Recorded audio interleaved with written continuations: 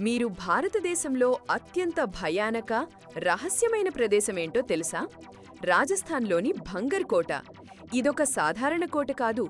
అసలు చీకటి పడిన తర్వాత ఇక్కడ ఉండటానికి ఎవరికీ అనుమతి లేదు. భారత పురావస్తు శాఖ స్వయంగా ఒక హెచ్చరిక బోర్డు పెట్టింది.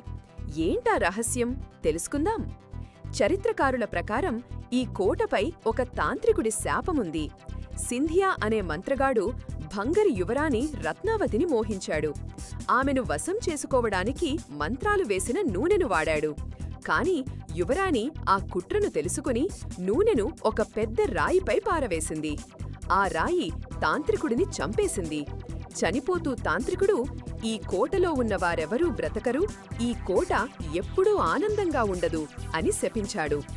ఈ శాపం తర్వాత కోటలో ఎన్నో విషాద ఘటనలు జరిగాయి. ఒక యుద్ధంలో యువరాణి రత్నావతితో సహా కోట ప్రజలందరూ మరణించారు. అప్పటి నుండి ఇక్కడ వింత శబ్దాలు, అదృశ్య వ్యక్తుల నీడలు, గుసగుసలు విన్నామని చెబుతారు. రాత్రిపూట కోటలోకి వెళ్లిన వారెవరూ తిరిగి రాలేదని ప్రచారముంది. అందుకే ప్రభుత్వం రాత్రివేళ కోటలోకి ప్రవేశాన్ని నిషేధించింది. ఈ భయానక రహస్య కోట గురించి మరిన్ని విషయాల కోసం విక్రమ్ విరాల్స్ని ఫాలో చేయండి.